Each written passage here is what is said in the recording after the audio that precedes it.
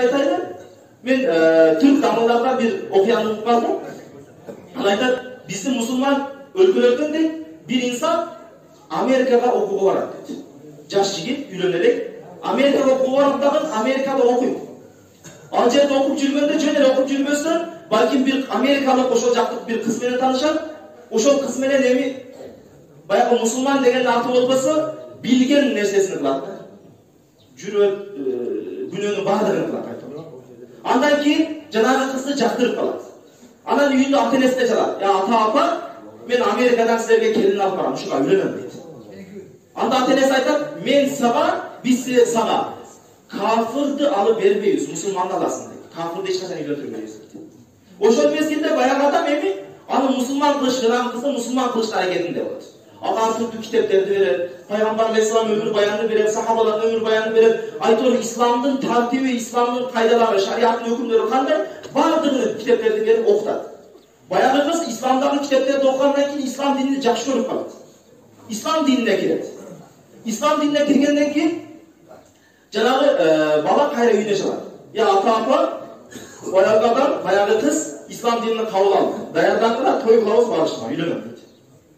Анан баягы кызга айтат, кеттик, мынанчасына билет алабыз, кетебиз деп атканда жанагы кыз айтат, мен сага турмушка чыкпайм дейт. Эмнеге дейт?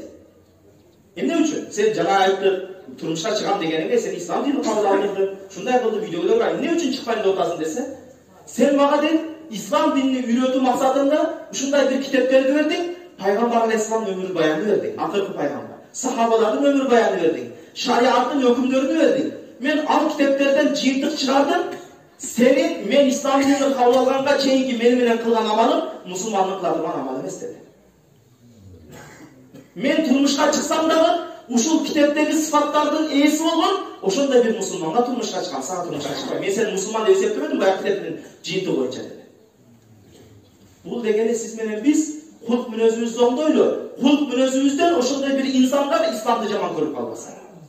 Себеп азыркы учурда көрүп атабыз, кээ бир учурларда эже карындаштарыбыз, кыздарыбыз оронолот дагы, оронуп ошол тойдо, кафеде ортодо билип аткан ошол оронгон аял. Же болбосо ошол оронголган интернетке сүрөт коюп жыргап аткан, TikTok тартып аткан ошол аял. Бул кандай сыфат? Мен бир нерсени силерге түшүндүрүп кетейин. Мынау ақпарат. Аппақ барат. Мынау ақпақ барат. Бұл ислам дини дейді. Ислам дини. Ушул ақпарат сыяктуу дейді. Китептерде келтирилген ушул нерсе аппақ барат. Бұл ақпаратқа эгерде сиз bir кара дак түшүрсөңүз, миң узаттан дагы дароо көрүнөт. Бұл ақпаратқа кичинекей кара дак түшкөн болсо, дароо көрүнөт. Ислам дини дагы ушул ақпарат сыяктуу. Siz orondunuz mu şu nece kardeşlerimiz orondu mu? Orondundan keyin şu appak barak siyaqtu. Bir dağınız İslam'a dağ bolup çürüp duruyor et oşol jerde. Siz namaz okuyan, dopu giygen, sakal koyan erkek kişisiz mi? Sizin birlik kara nesege bir jaman günü amalga barışınız İslam'a şunday. Moldalar kıltat ko. Sakal koyanlar kıltat ko. Orongonlar bartat ko. Orongonlar bile odat ko degen söz yok adam bu nesece. Oşonday bolboş üçün оронғондорго, сакал койгондорго, допу кийгендерге аларга сөз тийгизбеш үчүн бул кара дакты сиз менен биз көргөн. Тактап айтканда, ушул ислам дининин жолунда оронуп, намаз окуп, сакал коюп, ислам жолунда жүрөм дедиңизби? Кара дак калтырбаңыз.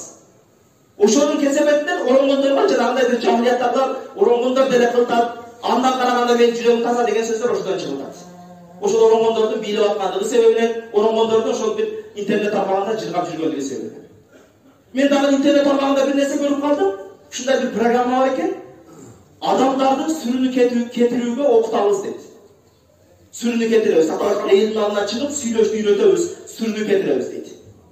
Ошол инсандардын сүрүнү кетирген адамдар аялдардын сүрү менен кошо алардын уятын да кошо кетирип атат. Эмне үчүн? Себеп алар сүйлөштү үйрөтөм деп туруп, ошол келин кыздарыбызды интернетке видео коюп, интернетке жайылып реклама болууну үйрөтүп атат. Уятын да кошо жок кылып атат. Сүрү менен кошо сүрүн жок кылган аз келгенсиң, уятын да кошо жок кылып атат. Андай нерселерди жыйыштырайлы. Ошол интернетке сүрөт жайлап аткан башка эже карындаштарыбыз кулактарын алтын сырга болсун, пайгамбар алейхисаламдын жанына Пайгамбар алейхиссалам сахабалар менен турган мезгилде бир эки көзү сокур сахаба пайгамбарыбыз алейхиссалам алдына келет. Ошондой кабар жетет. Эки көзү көрбөйт. Ошол сахаба келип атат деген кабар жетет.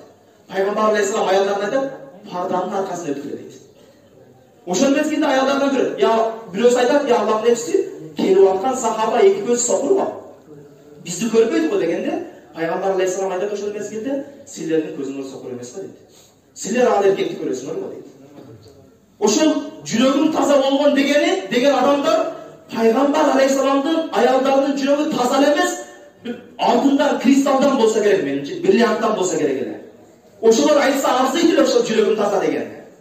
Интернетке киргеним менен, башка кылганым менен, ибадат кылбаганым менен жүрөгүм таза дейишти, ошолор айтса арзыйт эле. Бирок аларам айткан жок. Ошолор дагы аял менен эркектин ортосундагы дистанция парда. Антип ачык айкын сүйлөшкөнгө уруксат жок шариатта. Ошондуктан антип интернетке сүрөт менен жайлаганды жыйыштырайлы. Эркектерибиз сакал койдук, допу кийдик, ислам динин карманып, не намаз ибадат менен болуп атабызбы? Ошол нерсени элге исламды жакшы көргөзөлү. Дамына кетип бираз улашып коңуздар. Бираз алга ачып коңуздар.